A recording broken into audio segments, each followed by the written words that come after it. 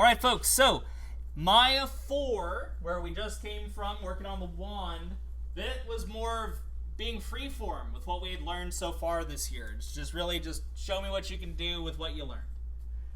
The next thing we're going to work on, the Wagon project. Again, a simple project, mostly overall, but this is more focused on building something from an existing reference. So just like if you're in industry, you're probably not going to be the concept artist on something if you're the modeler. You'll get handed a set of reference art from a concept artist. You'll bring that into Maya and make the thing. So let's so we're making a wagon. I'll be showing you that reference in a few minutes. Let's start with today's notes though. Quick and easy to digest. Pictures and 4 boxes on the next page. Easy. So we're talking about our display modes today. So we're going to be talking about first how we can represent the overall shape of the mesh, and then we'll be talking about how the textures display on the mesh. So these numbers, they're either the numbers across the top of your keyboard or the number pad. I thought it was just the numbers at the top of the keyboard, but it does include the number pad also. So the first one is describing how geometry appears in Maya. So we have 3 options here. The first one is our default option. This is what you should be in most of the time, normal mode. So that's just, boom, you got a cone. Boom, it looks normal. Okay, there we go. Number 2, smooth mesh mode. So some people accidentally hit this. So this cone, when it's smooth, it will turn into a teardrop shape. But in Smooth Mesh Preview, it's showing you the wireframe of the actual object. Again, the object will always still be like this, but we're deciding in Maya to display it a different way. So it's showing you what it will look like inside, what it actually is on the outside. Number 3, Smooth Mesh Mode is just what it would look like if you took the Smooth tool in Maya and used it 3 times. That's effectively what Smooth Mesh Mode means. You'll notice that the smooth tool is not on any of my notes, and you'll never see me use it because it's a piece of garbage. So that's why we don't use smooth mesh mode. Because if I wanted to make this like have just like a rounder bottom there, this is not that. This is just we molded into a lumpy teardrop. So smooth mesh mode, great, but it also doesn't exist. It's Maya faking it.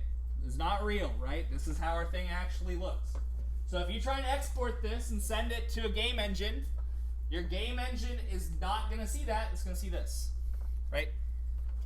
So when in doubt, make sure you're on the right display mode. Sometimes people be, working on their stuff and they're like, whoops, come on here.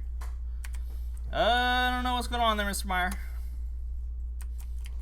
Try your display modes, figure out, oh, whoops, okay, I was on 2. I need to be on 1. What do you know? Boys, are you paying attention back there? Unroll? Guy? You guys paying attention? Cool. All right. 4, 5, 6. On to the next set of numbers. So, if the last one was about how the geometry displays, the next one is about how textures display on the object. So, no textures, wireframe mode, just what's the shape of the object, right? So where are the edges, where are the vertices? Number 5. Oh, before I move on to number 5, number 4. What's useful about the wireframe mode though? Say you have a cylinder, right? You got a cube. You have the cylinder extending inside of the cube and terminating inside of the cube. You need to grab those verts inside there. Rather than scroll your camera inside the cube to try and figure it out, just put it into wireframe mode. So for my friends that are just seeing this and not seeing me wildly gesticate, oh, there he is. It's all good, homie. Hopefully wasn't too harrowing for you. So what I'm saying is you got something like this, right? Here, let me pull this way up. And I want to get all those faces that are on the top of the cylinder for, XYZ reason. Wireframe mode, boom. Now I can see everything in there. Now I can go get the faces, right? Grab what I need. Go back to shaded mode. Cool. So 4 is wireframe. 5 is where we spend most of our time. Regular, good old-fashioned shaded mode. Just typically, so it says viewer shows the mesh shaded with default gray. I actually need to amend this. It also does show if you adjust the colors on blends and Lamberts, as we've all seen. So again, we're usually writing in shaded mode, number 5. So default mesh mode is number 1. Default view mode is number 5. 1 and 5. These are your defaults. Now, we are going to be using a texture in our next assignment. You folks will not be texturing. I've given you reference pictures in the file, which are textures of pictures. They're a picture just slapped on a plane. So to display those, you need to be in texture mode. It's just this mode, except also it will show textures. So what that would look like, if I go back in here, so you can see these floating planes in the background. Well, whoops. They're supposed to, oh, you should not be able to touch these. Oh, this is really bad. I'm gonna have to update that file for them. Okay, anyway. 6, you'll see the textures come back, right? Boom. That just shows you the pictures. That's that. Questions, comments, concerns? How do you add the textures? Like, how do you upload the page for that? That is advanced stuff. I will not remind me when we're done. I'll show it, but I'm not going to put it in the recording. All right. Yep. Okay. Now the final set of things. So these are just buttons to press. Now we're going to talk about this area that we call the viewport, is the fancy term for it. I just call it the workspace. So your workspace is here. You got 4 of them. We're familiar with this. This is called the multi-view. That's your spacebar button, right? Oh, right? Spacebar. Well, we're talking about now these little menus and icons that are at the top of each of these 4 workspaces. They are discrete to one another too. So the effects that you make on these little things only affect the viewport that you're in. So let's just stick with our classic. Here we are in perspective. I'm going to grab a sphere. I think I'm gonna list something here. Oh, yeah, go for it.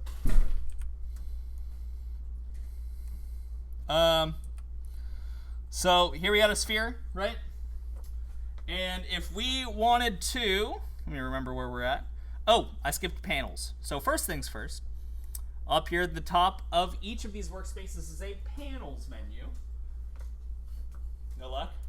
No, it's not here. Oh, rip. Sorry, dude.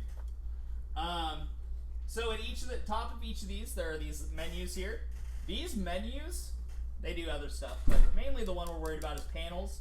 If you break a camera, or if you want to reorganize your camera, or there'll be other uses for the panels in the future, you can just go switch these to whatever you'd like. So the number one thing that happens is someone will be working in their perspective view, and they'll hold spacebar and left drag like this and swap their thing into their top view, and then it's suddenly doomed, right? This button resets your multi-view. I did that wrong because I hit the button on. Let's say you do what I've seen everyone do, and they do something like this. You go to your multi-view. The perspective is gone. It's gone forever. Either one, go to this panels menu, perspective, persp, or this button over here resets your viewport. Resets them all. Back in business. Or resets your camera arrangements so that it goes back to the default perspective, top, front, and side. So that's panels. So the main takeaway though is that each of these, so I could go in, and if I really wanted, I could have my top view over here be replaced with left side view, I guess, because why not? Cool. That's that on that. Now the rest of these buttons are across each of the tops of these, and I can't zoom in on my video, sorry, so I'm just gonna have to hover over them. This one right here is X-ray, and X-ray, Looks like two squares intersecting, little Venn diagram action. You click it, things are see-through. So it's not quite wireframe mode. You can still see things through. You might find that more useful than using wireframe mode. Up to you. So that's X-ray. Transparency. Next one. What do we got on the list? I think it's isolate select, which is its next door neighbor, right? Yeah, isolate select. So isolate select, if you're working on a bunch of stuff in your scene, you really are just trying to, you're like rotating around this and you notice, this stupid panel is in the way, what I'm trying to work on. Isolate it. Boom. Isolate select, whatever your objects you have selected, whatever faces. Also, this works with just faces. That will temporarily isolate them so you can work on them without any mess around. That's isolate select. And it looks like a little cursor touching a square marquee tool, which is a Photoshop thing, but looks like a square with dotted lines. Final thing for the notes, wireframe on shaded. It's the best of both worlds, folks. So whether you're on 5 or 6, it doesn't really matter. But whatever shading mode you're on, it will then include, whoops, no, we're not doing harmony right now. Wireframe on shaded is this button right here. It looks like a cube with lines on it. There's a couple other icons in that area. I especially caution you against touching the use default material button. Don't touch that one. It's this one. Don't touch it. This one. Now you can see all these things have edges. Boom, boom, boom. You can see where the edges are. All those are just odds and ends, right? Some of these will be useful today. Some of them, it's just the right place to include them in the curriculum because I got no other better place to put them. So that's that on that. Questions, comments, concerns, folks? Okay, so I teach you all that to show you this. Today, you're going to get this scene here for building a wagon. There are 2 images in here for you to use. In fact, I'm going to reopen this. So open this up, P2 wagon. You'll just double click this, P2 wagon start, boom. This file, you can touch these. Don't touch them. I need to go. If you downloaded this file already, don't touch these.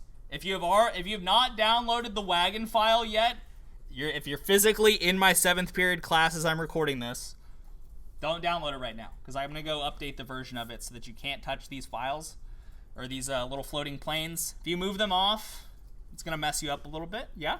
Wait, can you feel like we're going live now or something? Yes, you can. Once I start doing, you can start now, yeah. So, that being said, you're going to have these 2 images here. And I'm going to put these recover or reference so that I don't mess them up right now. So you're going to be building a wagon, and these images will be your guides. Now the important thing to note is that you are not making this chassis. These images are just for the proportions of the wagon for the covering, which is the second part. That's what we're going to be covering on Monday, right? We're going to make this covering. When you're making the wagon, we're going to be making this wagon. This is our simple wagon. Simple stuff, folks. So I am going to take a short pause. All right, so this file is now updated properly on the classroom. When you open it up, when you download it, rather, I guess I should say, you will get, I'm gonna just close that for a second. Boom, boom, boom. That's what we're making. Close all my stuff here. Okay. So when you download this, you just double click it. It's going to give you a wagon, P2 wagon folder. Mine says P2 wagon 2 because I already have a copy of it over here. And I'm going to open this up, and you'll see 3 things in there. You'll see a side view. You'll see front view. You'll see the wagon. So the wagon here, this is what we're making. So let's review what we're making. So this is the body portion of this. We're going to make the canvas part on the next one. So What is this constructed of? You can ignore these little flourish pieces on the side. They are structural, but whatever. So we have 1, 2 boards, same length, right? Then a third one underneath, slightly longer. It's got a little slant at the front too. Don't forget that. Same 3 boards on the other side as well. A little symmetrical flip action. We got 3 boards shorter for the back. Cool. We got 3 boards here for the front. Great. We got an extra little board here for little feet scoop for us to have a place to sit. There's a small flat board that goes around. And you'll notice there's a lip on 3 sides of this, but not in the front. We already have enough space here with this. Then little rumble seat here at the top. One thing I will point out on the seat, folks, a lot of people make this mistake. Mr. Meyer, how do I make the triangle for the seat? The seat is 4-sided. 1, 2, 3, 4. This little tiny flat piece here. So don't make that mistake either. So I'll show that in the video. But for starters, then we got axles and wheels and stuff. We'll talk about in a second. Just make some rectangles, right? We'll duplicate them around, flip them and such, get them in the right spots. A lot of channel box maneuvering, easy stuff. Rotate 90 degrees and such. So you need to leave all of these files in the folder I've given to you. You can move the folder wherever you'd like, but they need to stay together in the folder. The reason why, if you don't have them together in the folder, Maya won't know where the pictures are for the textures. Hit 6 if these are not showing up automatically in yours to display textures, and then we'll just start building our stuff. So again, we're only going to need to use these images today for building the wagon chassis to the proportions that we need to make the canvas covering at. And then, the rest of it, you won't need to use these pictures for today. So we're going to start with that topmost board. I'm just going to make a long, thin, cube. Okay, so this is a good size 2x4, so to speak. We're just eyeballing it. So let's go into our side view. You'll notice we're a little high up. Also, oh, there's too much. Okay, that makes more sense. I probably screwed this up. Whatever. As I'm not going to go back and fix that. So you'll notice when I bring this down here to the bottom, I just want to line this up with the bottom of this covering here. I'm in my side view. I'll bring this forward. And I'm honestly good with that. Now I'll scale it just a little bit more. Okay, great. So I can see the length of my board runs as long as my covering will need to be when I make that in my next portion. Flip over into our front view. Our board is right smack dab in the center. We'll just move that on over, in this case to the left. Again, we're not following this chassis. Do not tilt this. Do not rotate this. Do not tilt this board. Just straight up and down. Making a big box. All right, and then so now that same board underneath it. In fact, let me just keep this open so I can flip back to it. So, right, this board longer, and the front face is cut at a slant. So I'm gonna just duplicate this second one down. And make sure I didn't make an extra duplicate. Okay, cool. Right, take this duplicate, just move it down. Zoom in here a little bit so I can see. They don't have to be perfect, but get them close. Get them as close to touching as you can.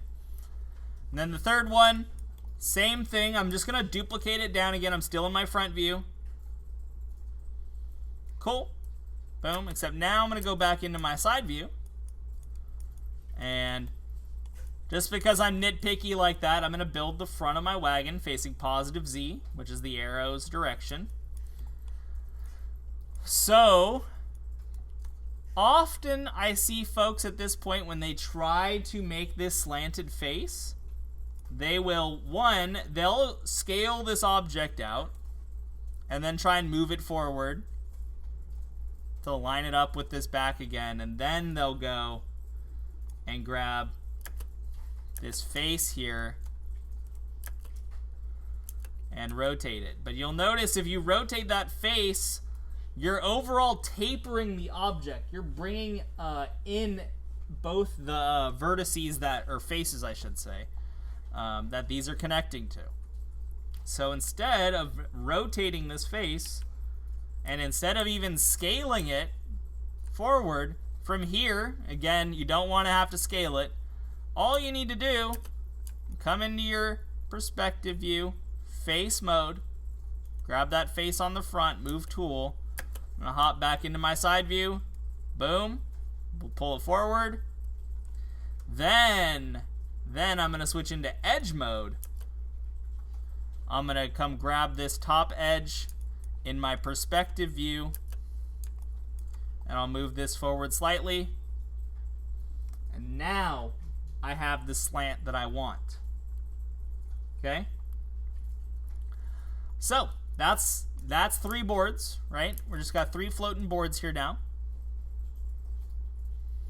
So obviously I need to make nice symmetrical flip over for the opposite side.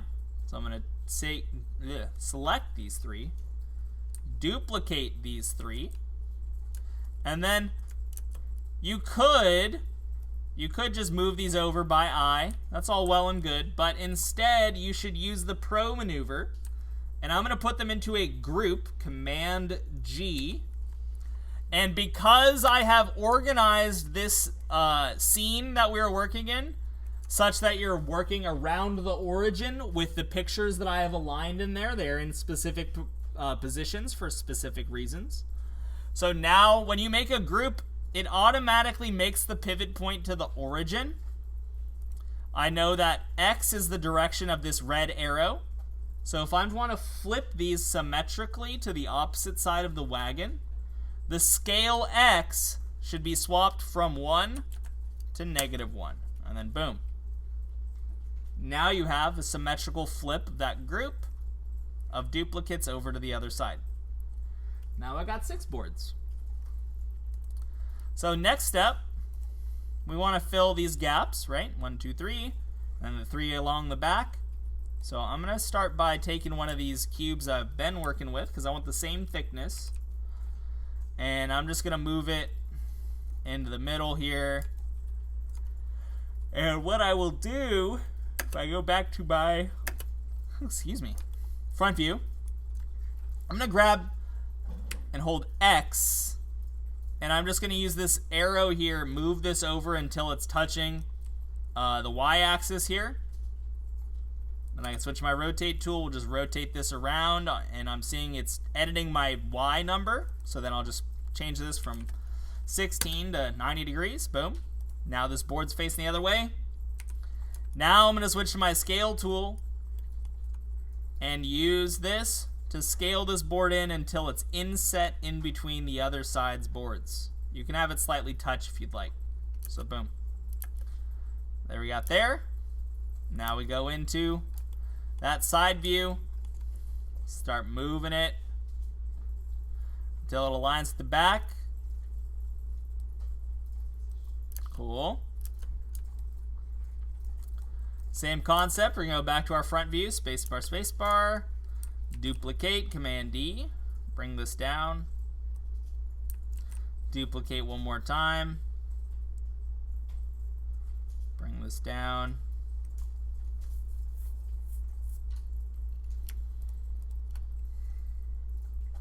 Now, you can't really symmetrically flip these. It's not set up that way, unfortunately. So we're just going to do a good old-fashioned duplicate and just move that group forward. And again, I'm going to go back to my side view and just pull these forward until they just start showing. And I'll push them back. Boom. So now we got our little boat situated.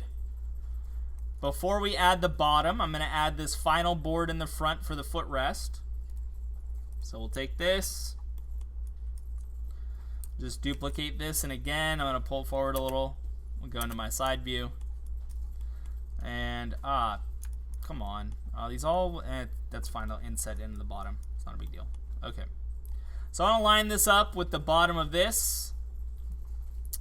And now I'm faced with a very similar issue as when I was editing those lines for the... what the hell is happening? Okay. The edges here on this one.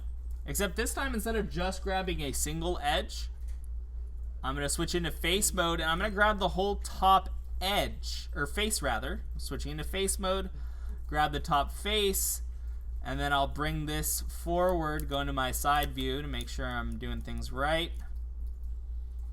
And cool. I'm going to go into object mode, bring this slightly back, and then boom. Okay. Now it should be very close to perfectly lined up. Good enough. So, that's that. We got all these situated. Now it's time to make our platform for this thing to all sit on. So I'm going to take this, flatten it out, scale it up, flatten it out.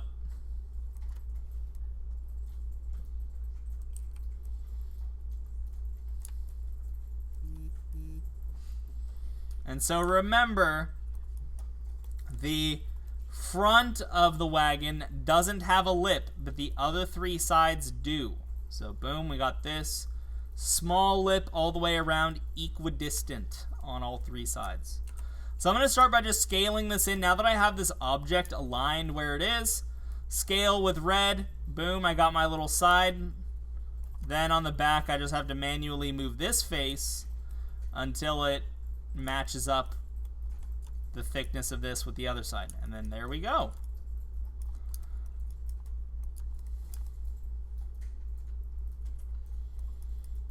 Alright, so I'm not super picky about how you do the seat. You can do one cylinder, you can do two cylinders, you can do a square, whatever. For the poles, connecting it to the bottom. So for sake of ease, so that people see, I don't care if you do this. It's totally fine. So there's a design that's on there where they have you like make a little bracketed thing, but I'm not about that life right now. So I'll just do this. Boom.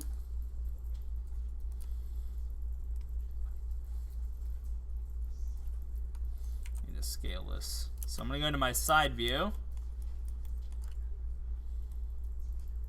I'm going to go into X-ray. And X-ray again is this little one right here. X-ray. And I want this to be inset into the bottom, but also it needs to raise above the wagon. Boom. There we go. Sick. And I'm going to bring it forward. There we go. Alright. And then in my front view, I'll differentiate this over here.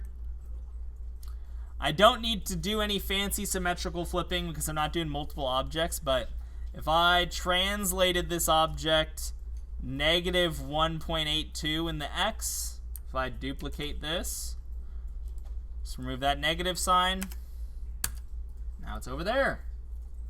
Voila. So, save you a group.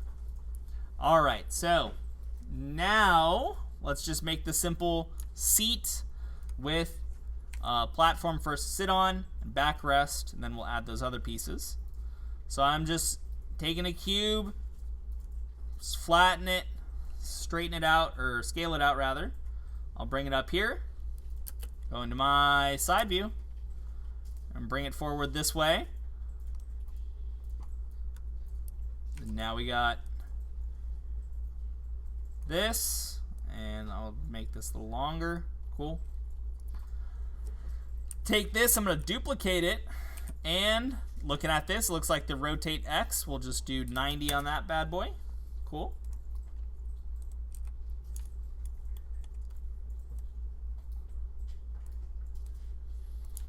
All right. So I'm going to align this. I guess I'd turn off X right now so I can see. Align these two up as so. Okay. That's what we got right there. Make another cube. So this is going to be the side parts now. So this is what I was pointing out in the very beginning, going over this. These are low key. They look like triangles, but they're actually quadrilaterals. So remember, there's a fourth edge or fourth side of this right here. So all I'm gonna do, go back into my side view. So I'll pull this up, pull this forward, and I'm gonna go back into perspective. I'm gonna scale this to make it nice and thin. Grab my edge mode here, grab this edge, move tool, bring it down, and there we go. So now I'll go into my side view.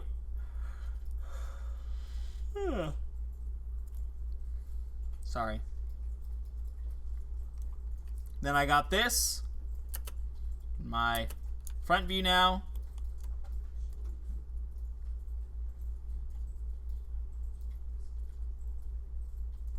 I got this. And then I'll go back into perspective. Just to tweak this, I just need to pull this face forward all the way to here.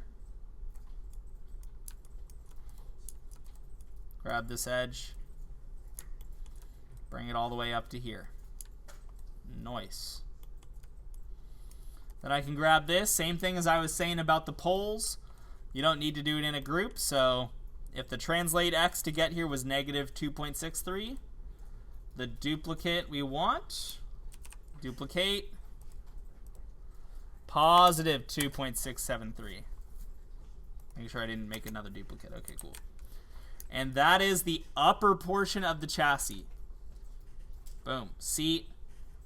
Whole portion of the chassis. And so now we can work on the undercarriage. So the undercarriage for this thing. We have 4 shocks. The shocks are simple. They're like squat ovals, half ovals. Each of those is connected to a long cylinder. Excuse me.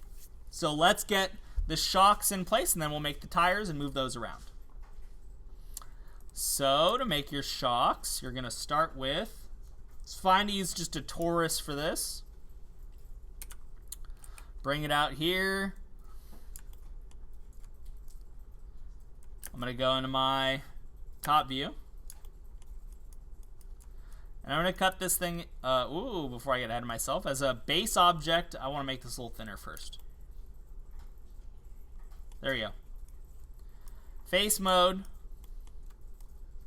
I'm going to select all the faces on one side of this object. Delete. I got 8 hours of sleep last night too. Actually, I didn't. I only got 6.5. I'm lying. Anyway, so now I got this cut in half. It's thinner. I am also going to scale it to be squatter. I know it is kind of deforming this portion. It don't matter. It don't matter. Just easy for everyone. So now I just got to rotate this down. So we'll do the Z. We'll do negative 90, it seems, for where I had it. Cool. But your mileage may vary on that one. Then I'm just going to pull this up, push it in, and then we'll go into our trusty side view. Pull this up, and then if you notice, this one starts at the front of where the carriage proper starts, hooks back. This one starts at the back, just hooks forward. So I'll line this one with the front. Cool, got that. Then I'll duplicate, whoops, before I do that, front view, let's make sure this is aligned in the front. Okay, I went a little too in. There we go. So we want it on towards the outside. There we go. Now I can duplicate this. I'll put one back here. Boom. Done. Then, now I'm going to want to use a group for this. I'll go back to perspective. We're going to group this, or we're going to duplicate this. We're going to group the duplicates. And then, again, scale -1, although it'll flip the opposite direction as the times we were doing it before. There's your axles. Now they just need to be connected with a cylinder. So I'm going to grab my cylinder. I'm just going to make a long but thin cylinder.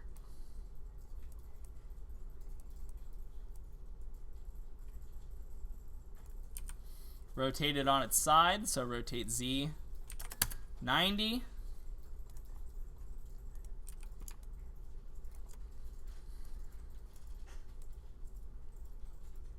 Go to my side view. Line this up with the middle of this. Then front view, it should be all good. Yep. So same concept here. Instead of doing it with fancy flips, I'm just going to duplicate it, move it back. Okay, cool. Now both my axles are in place. Now let's make some wheels. So for our wheels, let's look back at the picture. The wheels are themselves basically, we got not a torus, but a pipe for the outside of this. I'll show you that in a second. It's very much like torus. We got 1, 2, 3, 4, 5, 6, 7, 8 spokes, but we can have our spokes be going through this cylinder. So you just need 1, 2, 3, 4 spokes, and then a hubcap, so to speak. So we'll make that with a cylinder. So cylinders, cylinders, cylinders, cylinders, cylinders, and then a pipe.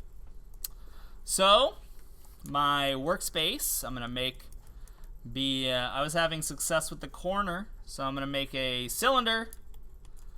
I'm gonna move it over here, make it nice and skinny, and then I'm gonna use my move tool holding V as in vertex and snap it to this very corner vertex on my grass just to have an easy workspace to center things around. So again, I'm going to want to center all of my stuff around the right vertex so that the center of the wheel is the same spot for each of them. So this little disc now is centered on this vertice at the corner. Now let's make our pipe. This is going to be the outside of our wheels. That's the inside. Right click on the D20, go to pipe. Again, I'll just move this out here first and over here. And so for the pipe, we just want to decrease the thickness to, 0.05, I think it is. Ooh, excuse me. Then you can, I'm really sorry about yawning, I'm really trying not to. Just scale it up, thin it out a little bit. And then again, I'm going to use my hold V as in vertex and snap the center of this to this corner. However, it's probably going to try and snap itself, as I probably did, to the top of the cylinder that we just put there. So I'm going to go into wireframe mode. I'm going to zoom in. I did. I can see where my pivot point is snapped to. So I just got to hold V as in vertex, move it down, boom. Now these are again centered around the right vertex. Cool. Now we'll go 5, back to wireframe mode. Oh, 6 actually, because we have textures in here. I don't need them right now, but they are here. And let's add our spokes. We're almost on the last step for today. So, okay, tiny, long,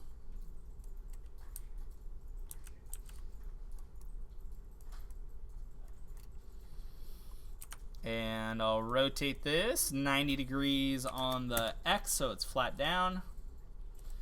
Again, I'm going to use my move tool, holding V as in vertex, snap this over here. F is in frame to zoom in. 4 for, wireframe mode. I'll zoom in more. And holding V as in vertex, snap to this vertex on the corner here. 6 back for shaded. So I still need to get this smaller than both of those other components, so it needs to be very thin. And then I'll just extend it so that it goes into the wheel but not out the other side. So inside the wheel, not shorter than it, so make sure you look around. Once you have one done, so that one's at 0, duplicate this, rotate on the Y, which you can tell You can't tell because I have this object rotated a weird way. It's rotate Y though. And you're just going to go by increments of 45. So 45, make another duplicate. 90. Duplicate. 135. Boom. And there's your wheel. So now, you don't need to leave this as a group. I would suggest once you have the wheel done and you have it done properly, mesh and combine. Now it's all one thing. Great. We'll rotate it 90 degrees. Get it standing up and down. And we're going to take this pivot point. I'm going to hold V as in vertex. I'll snap it over here. Press F as in frame. Zoom in. 4 for wireframe. And I can see it's actually stuck on one of the outside vertices. Hold V as in vertex. Move it to the center. There we go. So 6 for wireframe mode. My wheel's a little too big, so I'll just scale it down from the center till it's not too big. There you go. It should just be touching the ground. Great. Okay. Duplicate this. Same concept. Bring it back here.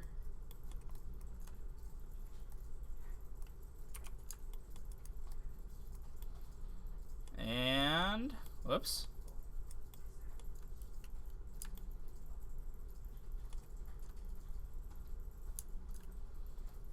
Holding. There we go. Now it's on. Okay. So let me go to 6. Okay. Wheels look great. So for these two, same concept as before. Duplicate, group them. This time, scale X. One more time. Boom. And that is making the wagon chassis. It's all mostly primitives being scaled, rotated, a lot of scaling, moved, and that's that sort of stuff. So